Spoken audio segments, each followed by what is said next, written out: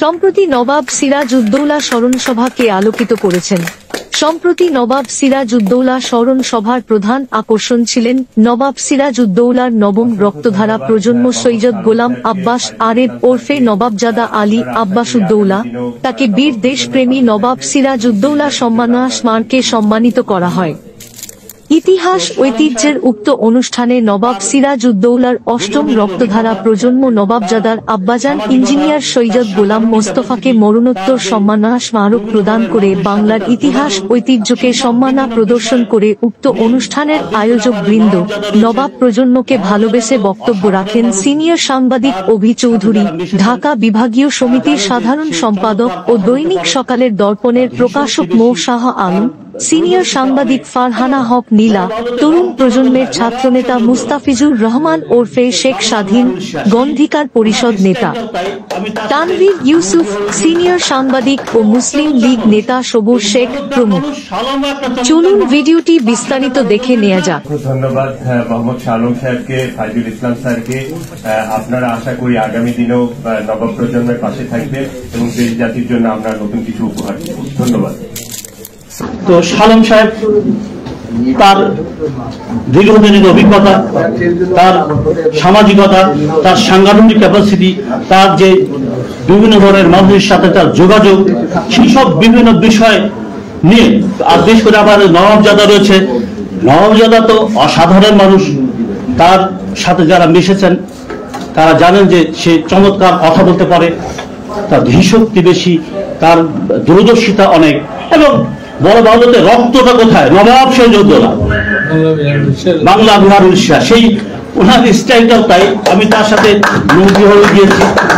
তো চমৎকার মানুষ, এই চমৎকার মানুষ, শালম একটা চমৎকার মানুষ, তার সাথে তার উপদেষ্টা এবং তার যারা মানে পেছনে থাকবে তারাও চমৎকার হবে বলে আমার বিশ্বাস।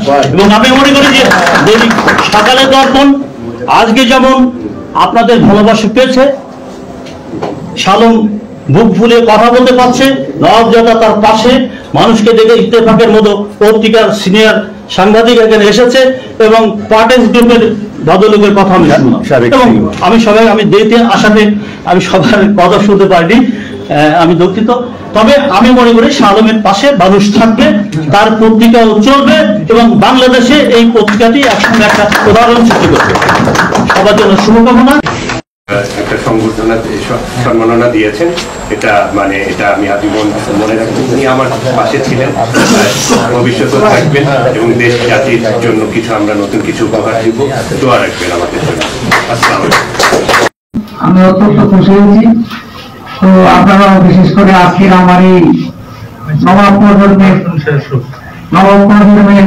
নবাব আব্বাসউদ্দৌলা ভাই আমার খুব ঘনিষ্ঠ প্রিয়জন। ওনার সহযোগিতায়, ওনার পরামর্শ করে আমি ছোট হিসেবে আস্তে আস্তে আগানোর চেষ্টা করি। যদিও আমি এতটা অভিজ্ঞ না, তারপরও চেষ্টা করছি যে আল্লাহ যদি ওনার পরামর্শে, ওনার সহযোগিতায় আগাইতে পারি। এবং এই পত্রিকাটা বিশেষ করে আমি ওনার জন্য করেছি। উনি পত্রিকাটা চালাবে, মানুষের কথা বলবে, সবার সুখ দুঃখের কথা বলবে, এটা পরিচালনা করবে। আমি ওনার পাশে আছি। তো এই সকলে ভালো থাকবেন এবং দোয়া করবেন যাতে এই পত্রিকাটা আজকের এই শুভ সূচনার মাধ্যমে সবার মাঝে পৌঁছে দিতে পারি। সবার মঙ্গল ও শুভকামনায়। খোদা হাফেজ। সেই পাওয়ার জায়গাটা আমরা খুঁজে পেয়েছি তারই নবম বংশধর নবাবজাদা আব্বাসউদ্দৌলা আরেক ভাইয়ের মাধ্যমে। আর কিছু তরুণ সমাজ এই নবাবকে এবং নবাবের বংশধরকে এবং নবাবের ইতিহাসকে ধরে রাখার জন্য কাজ করে গেছেন এবং এই কাজ করে যাওয়ার পিছনে তারা কিন্তু কিছুই চান নাই। তাদের মধ্যেই একজন এই মুহূর্তে আমাদের সঙ্গে কথা বলবেন, মোহাম্মদ মোস্তাফিজুর রহমান স্বাধীন ভাই। তিনি একজন বিশিষ্ট ব্যবসায়ী, পাশাপাশি তিনি নবাব সিরাজউদ্দৌলাকে ভালোবাসেন এবং ভালোবাসেন নবাবের বংশধর নবাবজাদা আব্বাসউদ্দৌলা আরেককে নিয়ে তিনি অসংখ্য কাজ করেছেন। আমরা তার বক্তব্য একটু শুনবো। শেখ মোস্তাফিজুর রহমান স্বাধীন। নবাব সিরাজউদ্দৌলার স্মরণ সভায় আজকে আলোচনা সভায় সম্মানিত অতিথি উপস্থিত আছেন নবাব সিরাজউদ্দৌলার নবম রক্তধারা সৈয়দ গোলাম আব্বাস আরেফ হোসেন নবাবজাদা আলী আব্বাসউদ্দৌলা দৈনিক সকালে দর্পণ পত্রিকার প্রধান সম্পাদক।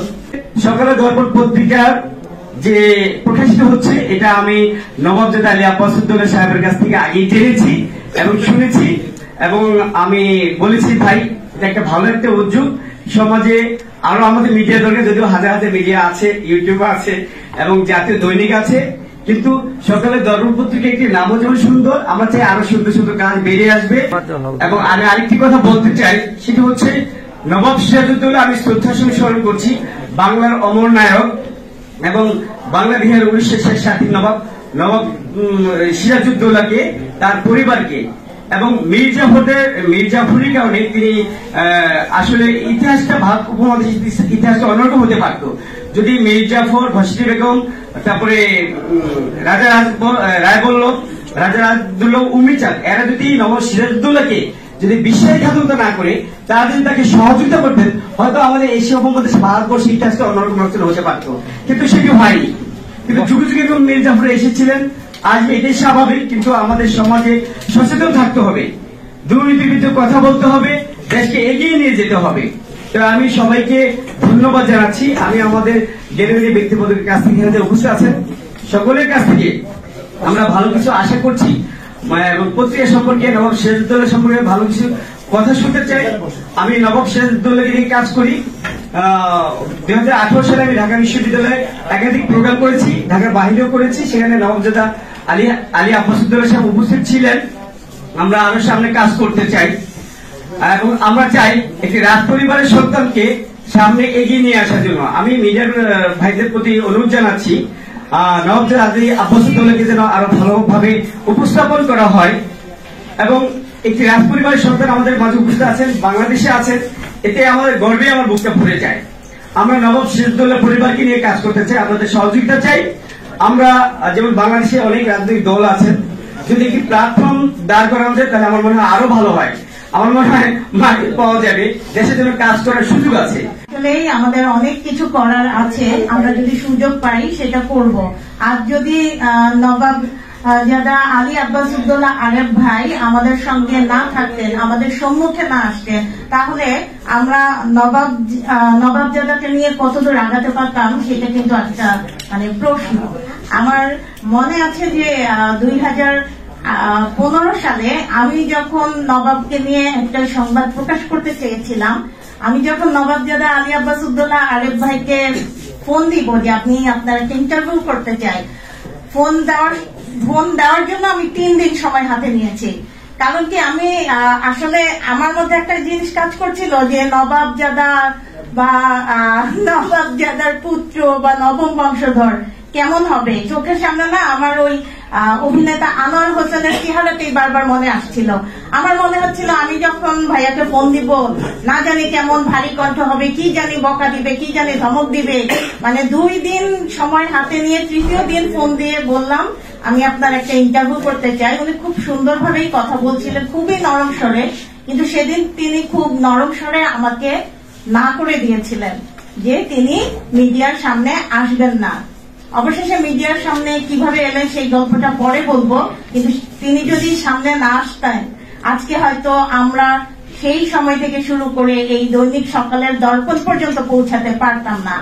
এই দৈনিক সকালের দর্পণের সত্য প্রকাশ, সঠিক তথ্য নিয়ে আমরা সামনে এগিয়ে যাব, এবং সঙ্গে থাকবে আমাদের নবাবজাদা আলী আব্বাসউদ্দৌলা আরেফ ভাই। তো সেই সত্য নির্ভীক সকল সংবাদ প্রচার সবকিছু নিয়ে এখন আমরা কথা শুনবো গণ অধিকার পরিষদ নেতা তানভীর ইউসুফ ভাইয়ের।